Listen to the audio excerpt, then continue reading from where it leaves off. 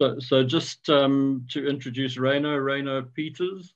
Ryno is a senior minerals processing engineer with over 10 years experience in the design and commissioning of minerals processing plants. And then his colleague, who's also going to assist and talk a bit later, is Yashin Ramdhin. Yashin is a senior minerals processing engineer with close to 20 years experience in the design, commissioning, operation, maintenance, and so on of materials handling and physical separation plants. So we look forward to this next set of talks, and over to you, Ryno. Okay, thanks, John. Yeah, hi everybody. This presentation of Yashin and myself is just about a project that we're busy with at Consulmet. It's one of the projects Derek has been talking about, the Luashe project, and we're basically just going to talk about Kimberlite slimes. So how we're generating it and how we're planning to get rid of it. So just a quick outline of a presentation. I'll basically be setting the stage about why we're interested in Kimberlite slimes before handing over to Yashin. We'll take you through the technical aspects of slimes disposal. So just a quick introduction. You know, I'm sure Derek already just mentioned this, but Consulmet, who we are and what we do, the project purpose. I'll take you through Luashe, what we're designing and building the minerals processing plant to do. Just some more background about this project, the common pitfalls, you know, where things often go wrong or where we found things going wrong in our experience, and then the objective of the test work, what we tried to achieve, the methodology, how we tried to achieve it, and then Yashin will take you through the outcomes. So just a quick introduction again.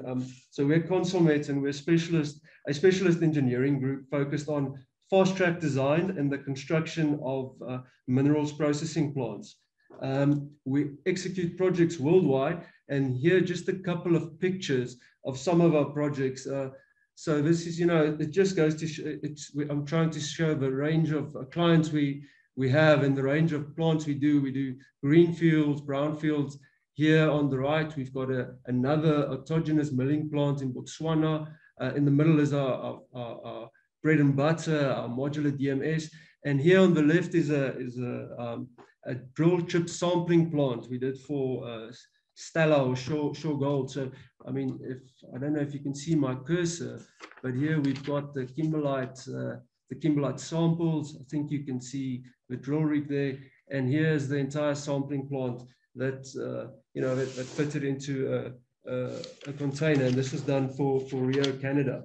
So basically, yeah, we do production-ready minerals processing solutions. So this specific project we're going to be talking about is the Projecto Luashe, and this is a greenfield diamond mining plant in the Lunda Sul province of Angola. So it's open cast mining and truck fed. So you can't see it here, but we've got a common front end and then a modular processing plant which is upgradable in 500 ton per hour increments. So it's a common 1,500 ton per hour front end, and then we've got the 500 ton per hour streams. Initially 500 and later in subsequent phases, we'll be able to upgrade and duplicate those streams. So this project has a tight schedule, and the project lead time was a significant factor for the project award. And as mentioned previously by Derek, the client operates a sister mine about 30 kilometers away. And it helped us a lot. It allowed us to do benchmarking and was extremely useful for equipment sizing and mass balancing. So just a little block flow of what we just saw. So we've got ore reception and primary crushing, common 1,500 tons an hour, and then comminution with an autogenous grinding mill. So from here, everything is a 500 ton per hour stream to be duplicated later. We've got milling for liberation and then screening, -70, +25, -25, +12, -12, +6, all going to XRTs for coarse diamond recovery. And then the -6 +1 going to the DMS that Derek showed. Concentrate goes to final recovery and hand sorting. -6 millimeters goes to tailings disposal, and the coarse stuff gets crushed again to have another go at concentration. -1 goes to the water recovery, which Yashin will take us through a bit later. Just some project background. Here's a photo of the mining pit being developed at Luashe. Here we can see some of the pyroclast kimberlites, or the grey kimberlites, and here's some of the red ones, the tephacitic, and here's some of the VSR stuff. If we look next door, here's at the next slide, here's an aerial view of the pit as it's being developed. Here in the top left corner, we can see block C1, which is the first mining block that they're going to mine.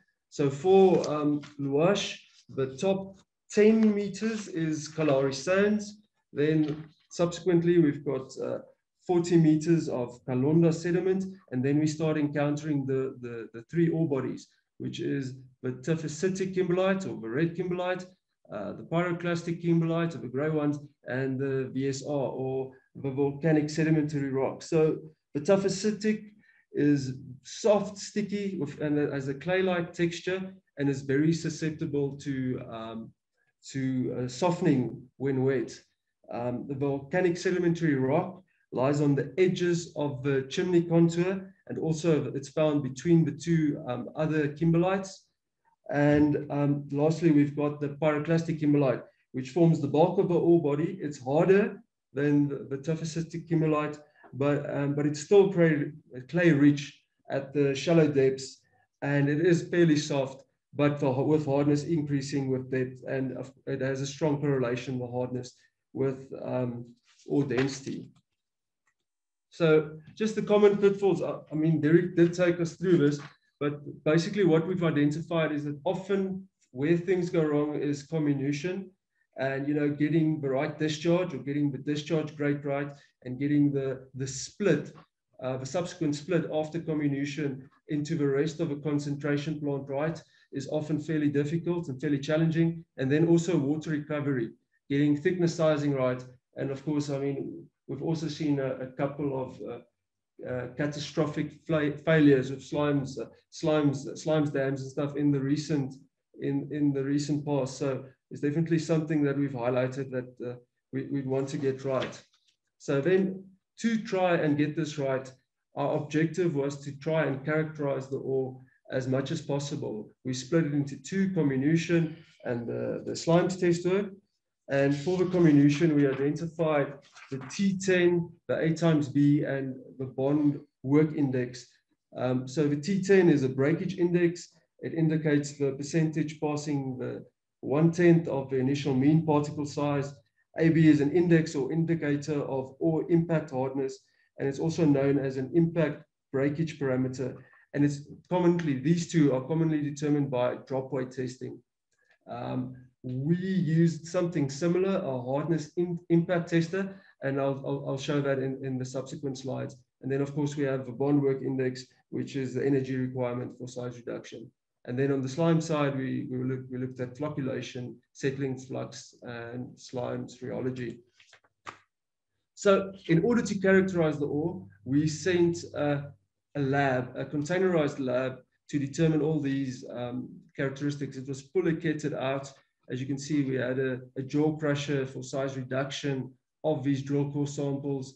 We have a hardness impact tester here in the top, which is a weight, a predetermined weight at a certain height.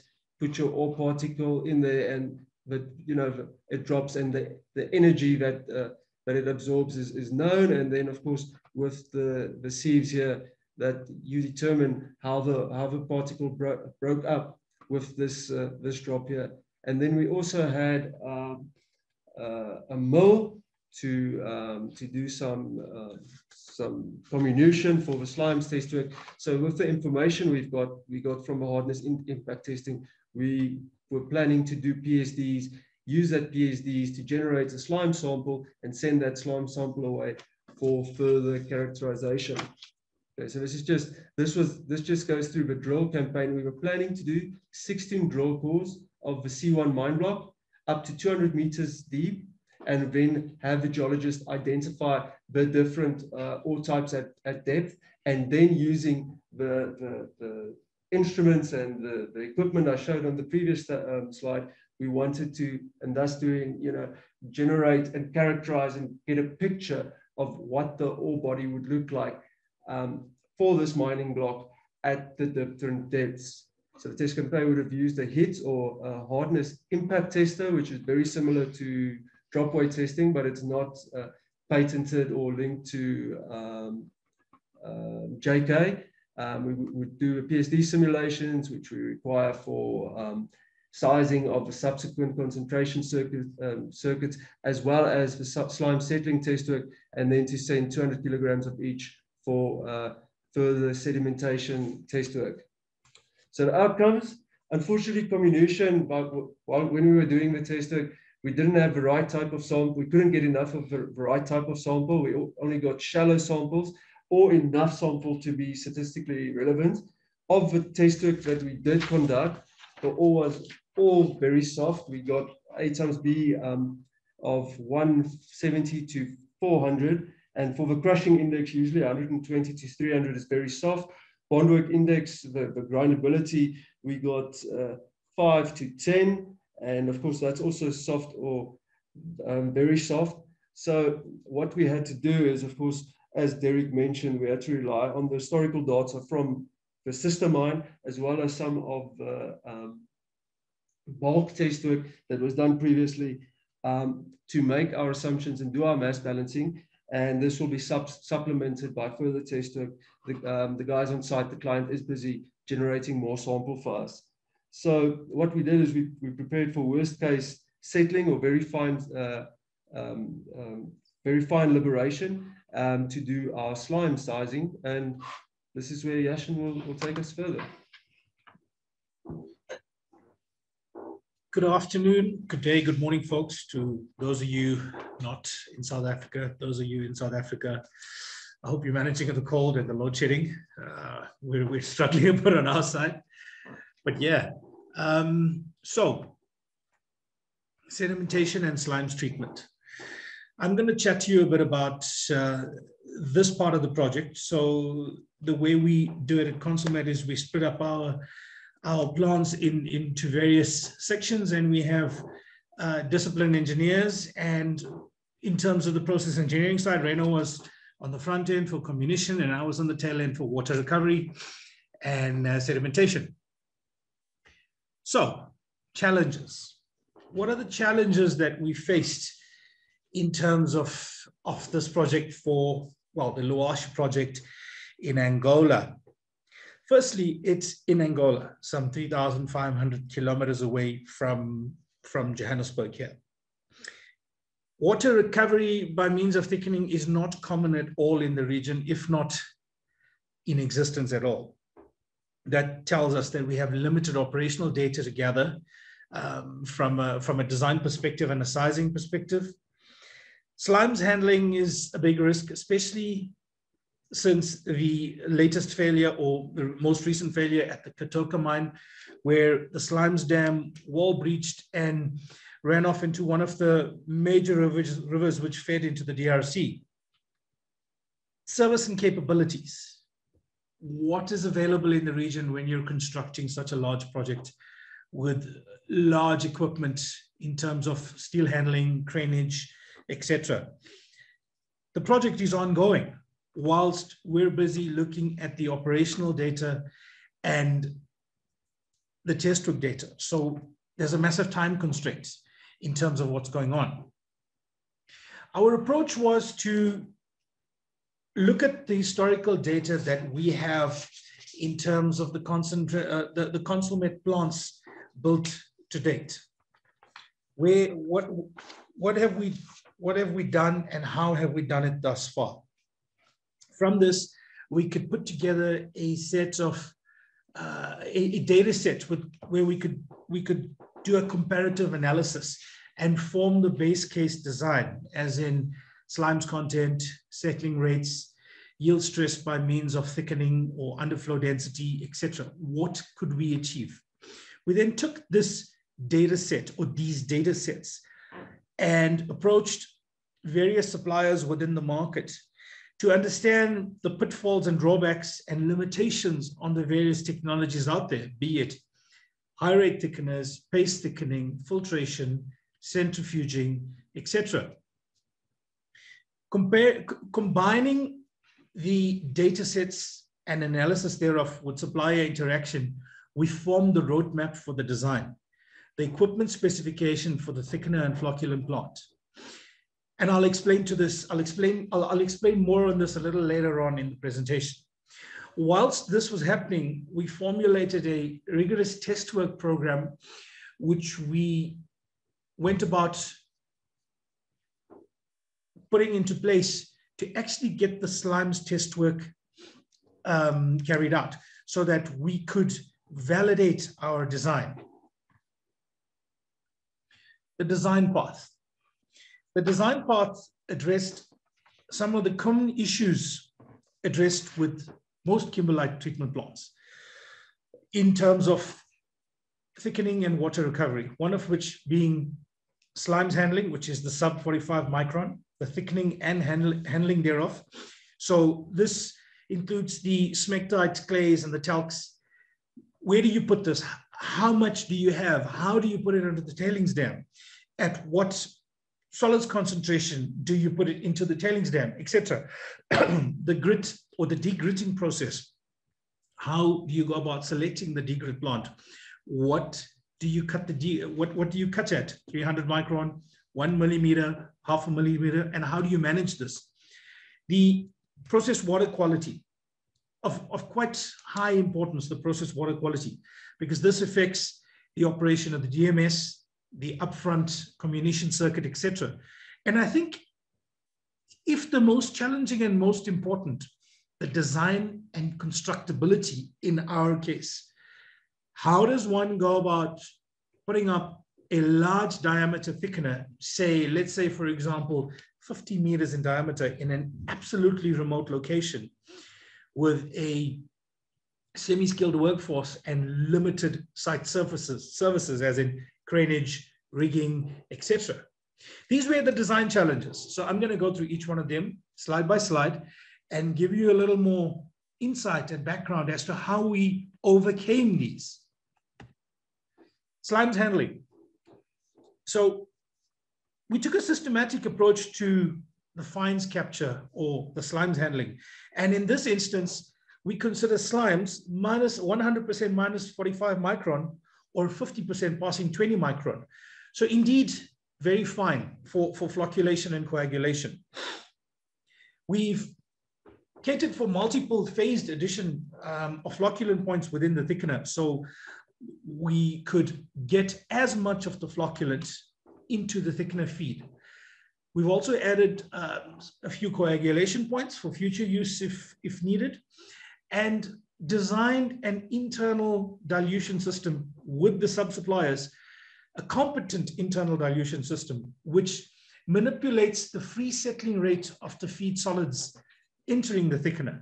So in essence, if we're adding 10 cubes an hour, 10 cubic meters per hour into a thickener at 20% solids, we use the clear supernatant within the thickener to drop that down to 5% solids by mass, which substantially increases the overflow clarity and settling rate. In essence, counteracting the effect of hindered settling. The degrit systems. So in this instance, our degrit circuit works from 300 microns and above. So we cut at 300 microns. So the minus 300 microns reports to the thickener. The importance of a degrit system is firstly to reduce the thickener size because we send less solids to the thickener. Secondly, the degrit circuit removes the plus 300 material and you are then able to transport this in a semi-dry format to be used for impoundment creation, slope creation, dam creation, etc., without passing it through the thickener. Thirdly, you don't need to pump this through the thickener, which reduces the wear rates and pumping capacities, etc.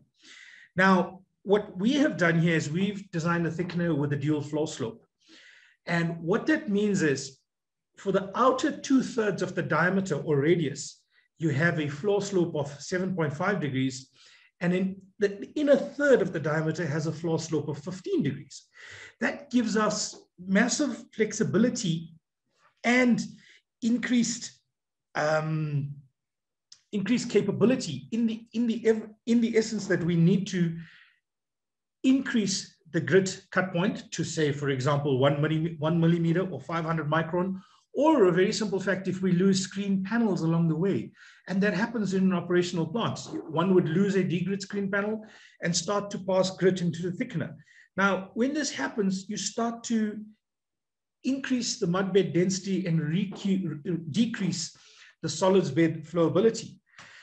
We have counteracted this by increasing the drive torque and having a dual floor slope. Process water clarity. What have we done here? As explained, we have multiple flocculant addition points to take care of the -45 slimes fraction. We are also going to use benign cation salts, excluding chlorides, to increase the process water clarity. What this basically does is it changes the water chemistry so that the clay particles do not swell. Slimes or clay particles, in essence, present themselves as either naturally dispersed or naturally colloidal. Naturally dispersed particles will not settle under gravity. Naturally colloidal will come together and settle under gravity. So by adding the benign cation salts, we change the particle chemistry to suit what we need for flocculation and coagulation. Hence, we get a much higher increased settling rate and water clarity. We have implemented the system on 3 operational plants thus far, and have reaped the rewards of this. The thickener construction. As I said, this is perhaps the most important point here. How to safely and economically transport a 50-meter diameter mild steel thickener into the heart of Angola. How to erect this unit. This is how we went about it. We used a bolted construction platework assembly, which means the platework is simply bolted via lap joints to form the structure that we need. Flat pack construction means box truss sections are broken apart and laid on top of each other, and they're just simply assembled on site. The tank design is quite a novel hybrid tank design, whereby we will use competent backfill material to create an above ground impoundment. Within this above ground impoundment, there will be an access tunnel through which the underflow piping and service access can be will be sorted out. The above ground impoundment will then have a concrete floor structure which has a cast in ring beam, and to this we will mount or bolt the bolted construction side plates. And from the series of pictures at the bottom of the slide, you will see what I'm referring to. This saves us approximately 300 tons of mild steel for fabrication, transport, and site erection. So in essence, we don't need a 50-meter diameter mild steel tank, which is supported by steel columns and concrete plinths some 10 meters in the air. The next slide shows you exactly what we're talking about. You have the above ground impoundment, the mild steel sidewall structure up top, and the thickener underflow tunnel at the bottom. Capacity-wise, thickener sizing and selection is driven primarily by the solid settling flux. If it's a thickener, and it's driven by rise rates if it's a clarifier. In this instance, we drew on our combination of database information and industry experience to choose the design flux. And Derek had mentioned earlier on that we went for a quite conservative approach on the design flux. And that came in quite handy because we have sufficient capacity, and the test work has actually shown that we need the design flux that we had chosen. This then sets the tone for the diameter required. We then chose a higher than normal sidewall for the thickener. Typically, for a 50-meter diameter, one would choose a 3-meter high sidewall. In this instance, we chose a sidewall of 3.8 meters high because we understood the dynamics of kimberlite thickening. Overflow clarity is an issue, even though we're adding benign cation salts. So a higher volume would allow a larger retention time for the clear water clarification. We then also added an additional factor whereby we could increase the mud depth height. And the mud depth height simply means a higher underflow solids concentration. Well, one would say, well, if you've got a higher underflow solids concentration, you would get an increase in underflow yield stress. Yes, we catered for this by increasing the rake drive torque to counteract any potential yield stress which might be developed during the thickening process and grit contamination. We went one step further.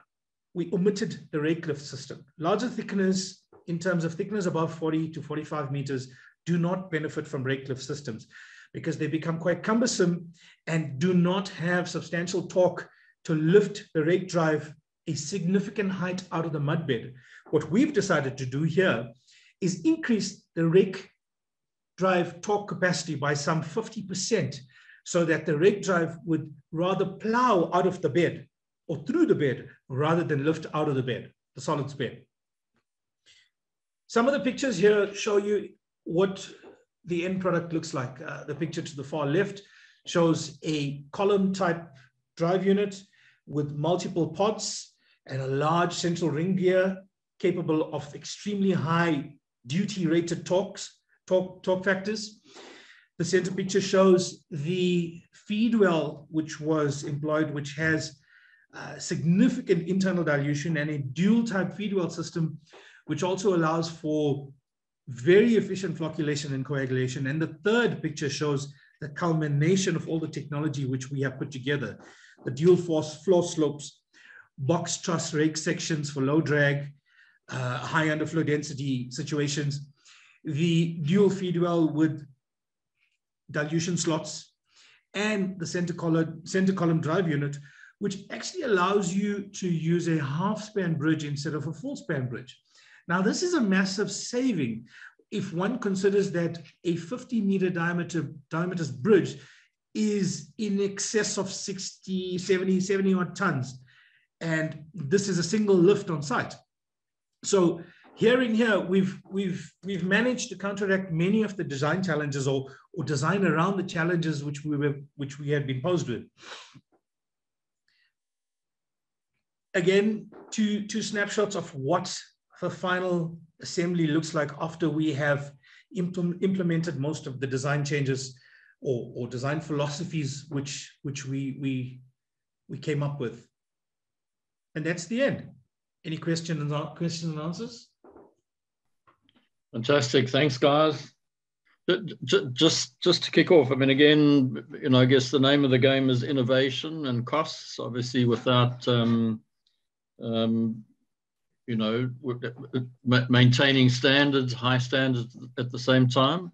That structure you talk about, I mean, could once the material is settled and dry, and I might be missing something here, can you empty it or take away stuff and lay it out on the ground and then reuse that, or what do you do long term, Yashin? John, are you referring to the thickener? Yeah, to the thickener. Itself? Yeah. So the thickener is a dynamic unit, and what it basically means is 1 ton in equals 1 ton out. So okay. you input 1 ton at a very low solids concentration. In this case, probably around 9% by mass.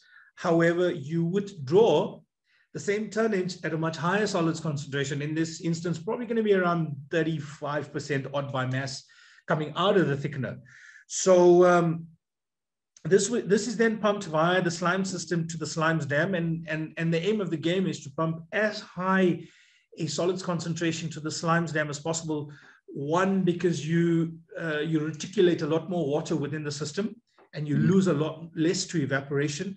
And secondly, and I think of more importance, your slimes dam capacity or footprint becomes much smaller. in terms of what you're pumping to it. Yeah.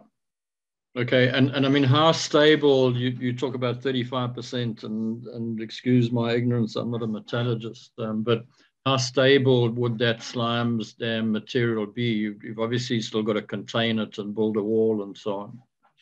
Yeah, so the wall's built using a mix of various particle-sized material and various types of material, obviously to give you stability.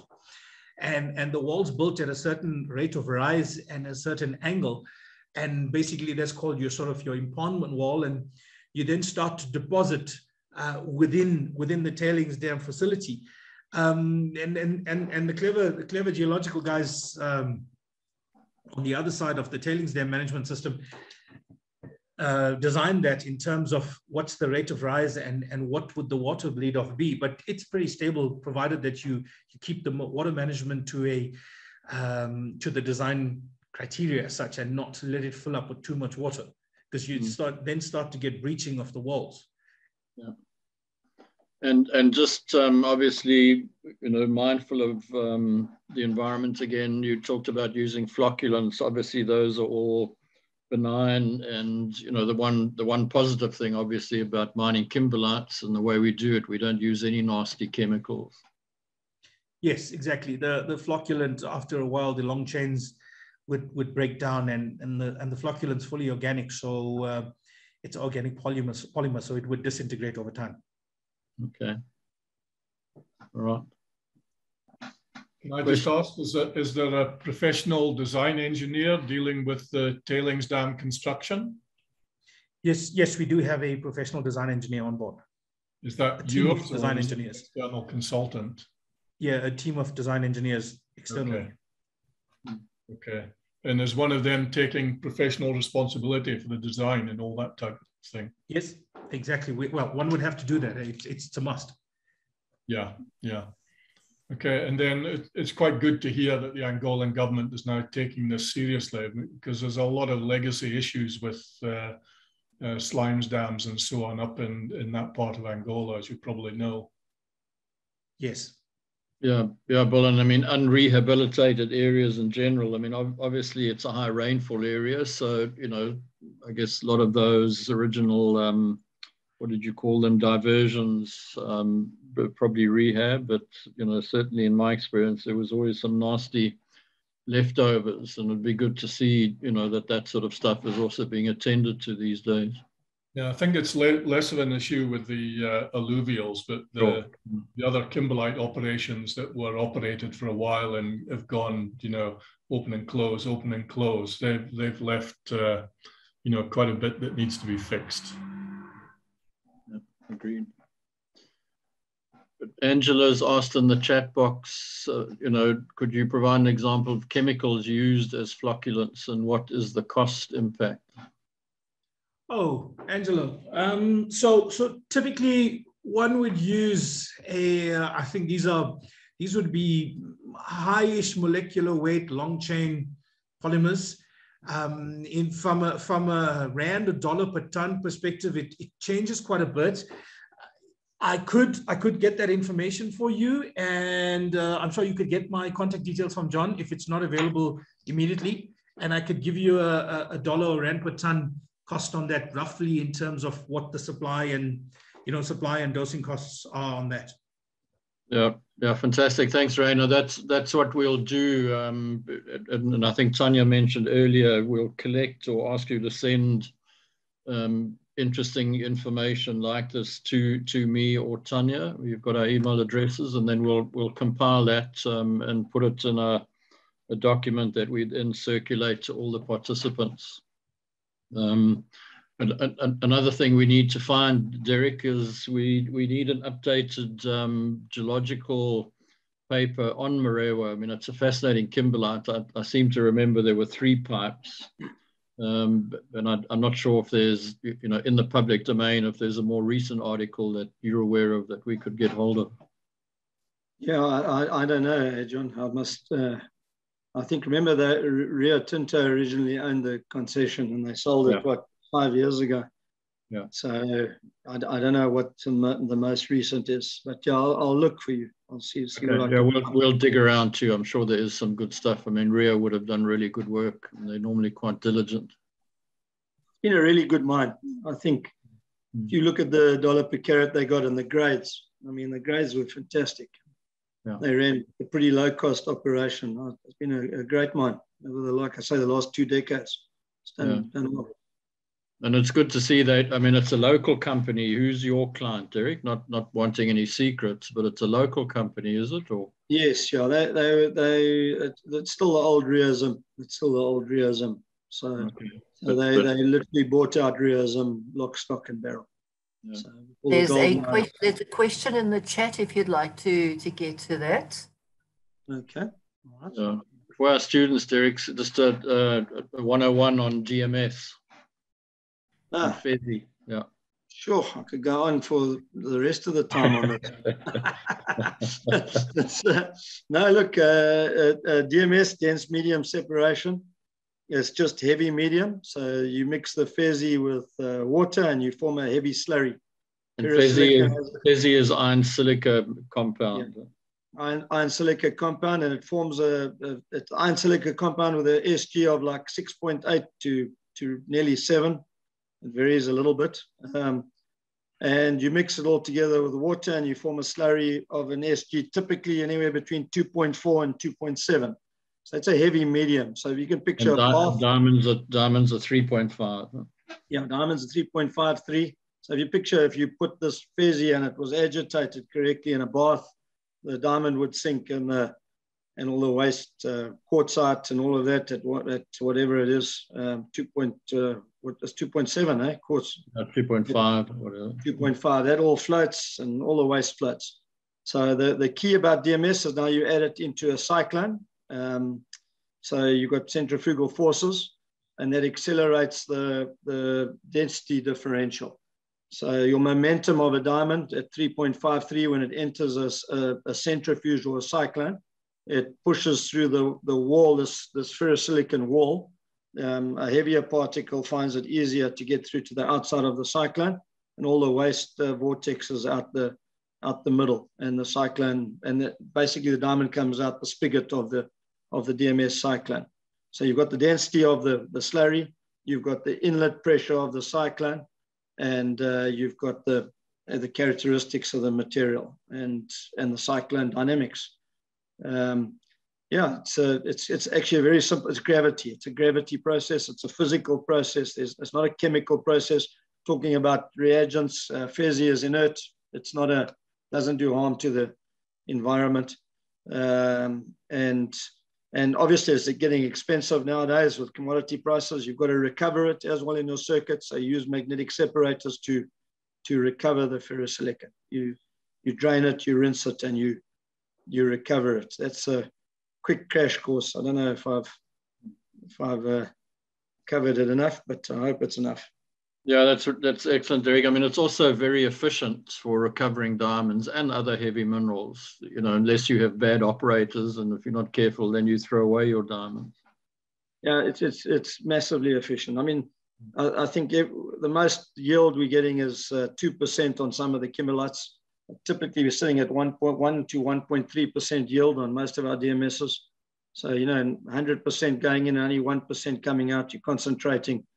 And recovery of the diamonds. If you're running your DMS right, you really got to cock it up to lose the diamonds. But remember the fundamentals I brought up in my presentation. You must stick to those fundamentals. I think guys are forgetting those, like I say, medium to ore ratios. Also tonnages, John. The guys are running plants designed for 100 tons an hour, and then the guys all high-fiving each other for feeding 150 tons an hour. But that's great. But you know, the DMS cyclone will become a T-piece, you know, medium to ore ratios and the feed. You've got to stick to the basics. Rather run a plant steadily and properly, and then run it at 50% above design or 100%, and then shut for 4 hours every 4 hours. I think the guys are not running plants at steady state capacity. They're pushing them through the roof. And sorry, what I was meant to bring up in my presentation was efficiency.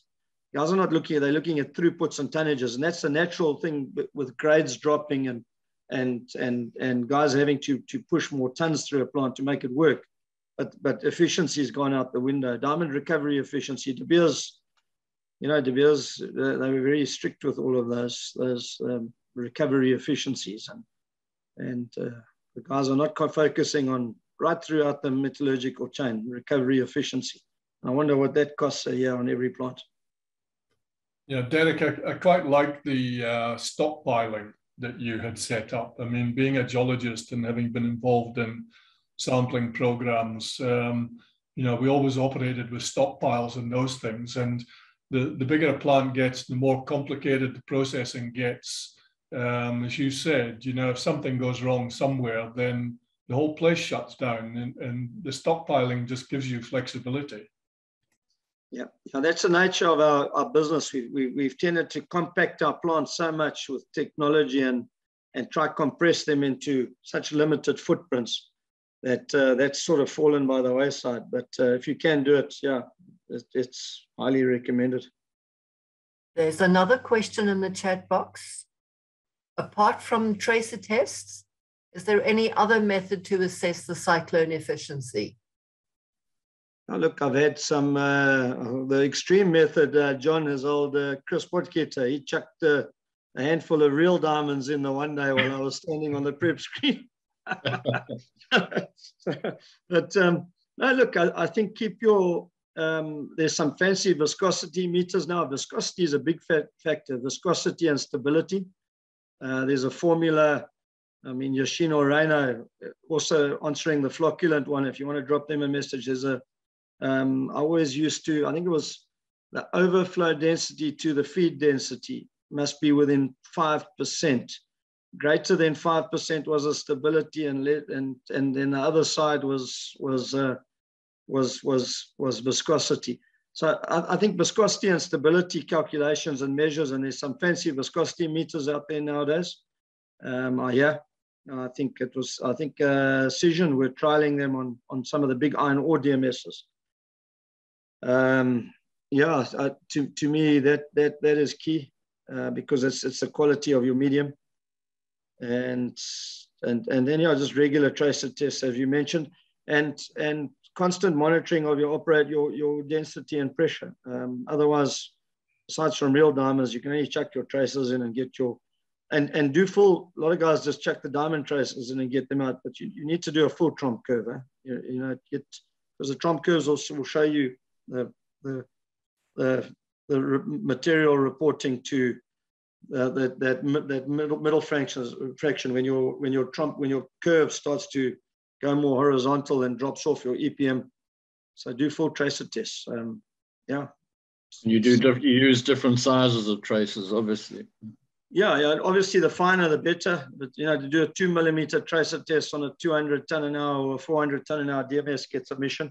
So I normally do them with 4 millimeter. But every 6 months or so, if you can do them with, if your bottom cutoff size obviously is less than 2, try to do it with a bunch of 2s. But do that at least every few months and take the pain of getting them. I'm sorry, Derek, just to add on to what you're saying, you could also send the floats and the sinks for heavy liquids. Yes, Ryno. Yeah, you're right. Yeah, so you can, that's a nice way to do it as well. So 100%. I don't know if you ever asked that question. Yeah, so you take samples of your floats and sinks and send it for your heavy liquid separation tests. So if you've got a lab, again, a big mine, and you've got a small lab on site, even a small mine, you can do that. Sorry, back to the tracers. I mean, tracers are fluorescent as well. If you do it with the 2 mils, chuck them in and get them out the X-rays if you can. And Derek, I mean, we're sort of getting to the stage of wrapping up. Just Jim Davidson very kindly gave us a sort of overview yesterday of how diamond mining and particularly diamond recovery has developed over the years, starting with the old axle grease. Just in 2 minutes, why have Burevestnik been so successful with their machines? I mean, obviously, the whole X-ray system keeps evolving, but it's very interesting to see how successful the Burevestniks have been. Yeah, they're a rugged machine, a tough machine. I mean, I think they've got the pulsed X-ray. I'm not an expert on this. I think you've got the two. They've got the pulsed X-ray in their machine. They've got two. They've got two X-rays, so they're hit it from two directions. So the fluorescence, they really fluoresce the diamond.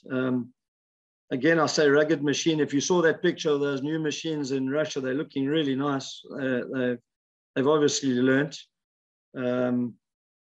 It's a good, robust machine. You can't argue. The first ones in South Africa had the feeder problems with the free fall material into the machine, and some guys were taking that plate out in the feeder, taking it out. Some were putting it in, but I think all those issues are being resolved. They're good machines. They look, Flowsort, Debtec, Boroveshnik, everyone's got their pros and their cons. They're all good, and all of them have done work over the years to improve their machines to a degree. Even the Tomray XRT now it's on Mark IV model or whatever it is now, with the S chutes or the J chutes feeding the machine, the quicker computing power, the quicker CPU processing power. So at least we're getting a good selection amongst all these machines. They're all improving, and there's good competition, which is good for us. The BV obviously was supported, to answer your question, it was heavily supported by Russia with all the Russian diamond mines. And if you've got a big brother supporting the machine heavily, they can do the development and install these machines on hundreds of these machines. So the amount of machines they produced has also been a benefit to them. Yeah, I guess much like De Beers.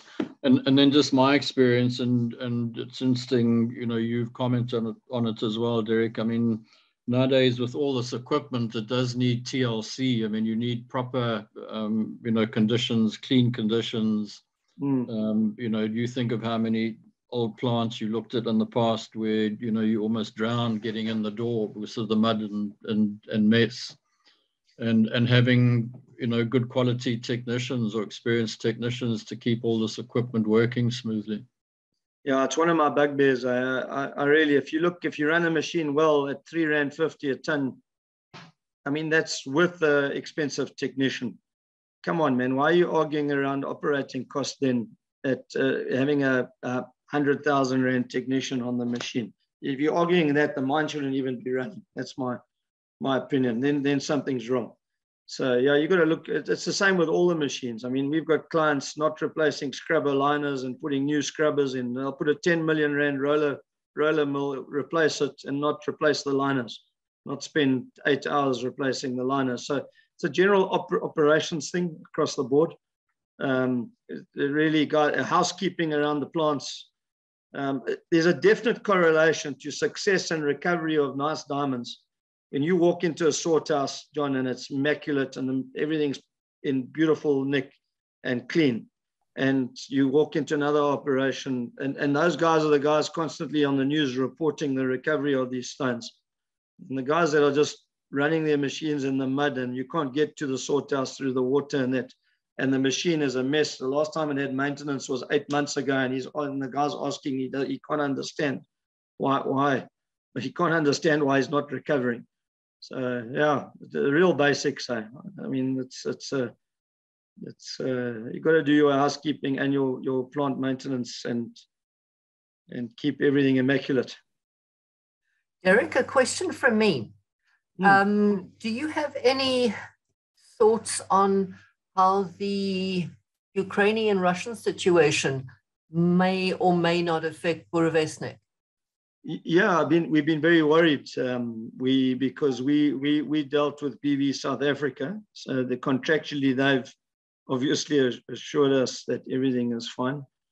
But the proof will be that at the moment we don't have a problem. If you look at South Africa, we are not sanctioned. I mean, to dealing with Russian suppliers. South Africa at the moment, as far as I know, legally is not sanctioned to dealing directly with if you've ordered anything from Russia, if it be a car or a hairdryer.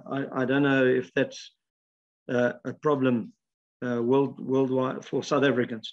And so on a legal perspective, delivered to South Africa, it shouldn't. So the Russians said, no, on they can keep delivering to South Africa. And South Africa hasn't implemented sanctions against Russia. We haven't, as far as I know. And so there's no reason why we can't trade. Maybe a philosophical query or comment from myself, particularly with small or marginal projects. Do you have protocols in place to avoid undercapitalization and overcapitalization in plant construction and operations? Or is it kind of done on a case-by-case basis? Yeah, we don't have a protocol, but I think as in our business, we should be a lot firmer. Say some things you just can't do. I mean, guys come, a lot of times, unfortunately, in our business, you try and make the client happy and the budget gets smaller and smaller and smaller. And then you're still trying to make the guy happy when you've lost the plot. Everyone's lost the plot a long time ago. So that's on the undercapitalization side. So I think it's up to the professionals to be firmer. I mean, I stood up many years ago at one of our mineral processing events and said, guys, you've got to stand up and say, come on. You know, you've got to be, as a professional process engineer, you've got to draw a line in the sand somewhere. And it's difficult. You know, it's you're always trying to keep the client happy, and I can't really. I think you've got to manage expectations, and South Africans by nature, unfortunately, are quite polite. We're always trying to make everyone happy. Hey, John, we're trying to. You get a guy that's a client sometimes bullies you, and you're trying to make the guy happy, but you've got to draw a line in the sand somewhere. And I think as professional process engineers, it's up to you say, no, that's impossible. No, you can't do that. Now, on overcapitalization, yeah, it's a lot of marginal deposits out there. Your geology must, and sorry, John, this comes back to the geology must give the. I mean, we've had some world-class projects where the guys are trying to undercapitalize it to the nth degree, and you can't understand it because you look at the IRR and it's like 300%, and you say to the guy, but your business model is saying what you can spend here. Yeah, you can't go silly, but you don't have to cut your neck here at every corner. So that's a difficult one. I think it should come from the geology of the deposit. I mean, if you look at the two projects I just presented, they're not billion-dollar plants. They're not even, one of them's a billion rand plus, $80–90 million. The other one is not even that. But they're still world-class, and they're quality, and they fit for purpose. And we have concentrated on efficiency. But if you look at the business models, our capital suited the capital spend suited the geological model. And I think that's very important. And the time, time to get it in. So it was best practice under the circumstances. I've started on your smaller clients now. I've started saying, well, what have you got? Instead of us running around doing 40 different estimates from the cheapest to the most expensive, that just wastes everybody's time. A lot of the times to the mid-tier miners, I'll say, well, how much money have you got to spend on the plant? And then I started, well, I can do that, or I can't do that. I think that's all. I can do this, but these are going to be the pitfalls if you do it for this budget. So it's a difficult question. Yeah, Derek, it's a good question though, and I think one of the problems, of course, is we've got too many accountants and even lawyers, for that matter, running big companies. And it's a personal gripe of mine. I think we as geologists have undersold ourselves, or we've let other professions take over businesses we should be running. And then it's something you've seen, and we can talk about a lot of examples where you've seen people, managers, engineers, and that move from big companies to junior companies. Liquibong, which was a classic example, sadly, and that's probably why it's never worked.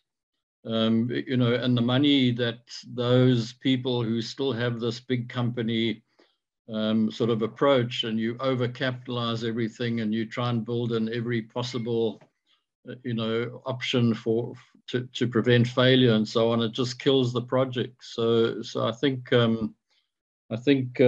making sure, like you doing, that people understand their project and you get the right geology and you do it properly. That's the way it's got to work. I think a lot of little projects in this country have been killed, and not only this country, but elsewhere in the world have been killed because they grossly, overcapitalized by the wrong management. Yeah. Anyway, you've got to read the situation, John. You've got to read each project, and if it's really difficult on the marginal mines, like you say, on the marginal deposits. What does it always come down to, John? Dollars per ton in the ground. I saw the slide, the presenter before me. I mean, he nailed it with that Chuaneng, dollars per ton revenue. Jeez, that's what it comes down to. So you as the owner or the investor, do that number. I mean, if you're getting $10 per ton in the ground, how are we going to build a plant that can operate and pay back the capex at $10 a ton revenue? You can't. So there's a lot of those things you can wipe off the table right now. But a real small guy might be able to go. Maybe there's a big diamond there. It's such a varied subject, John, but it's particularly difficult on marginal operations.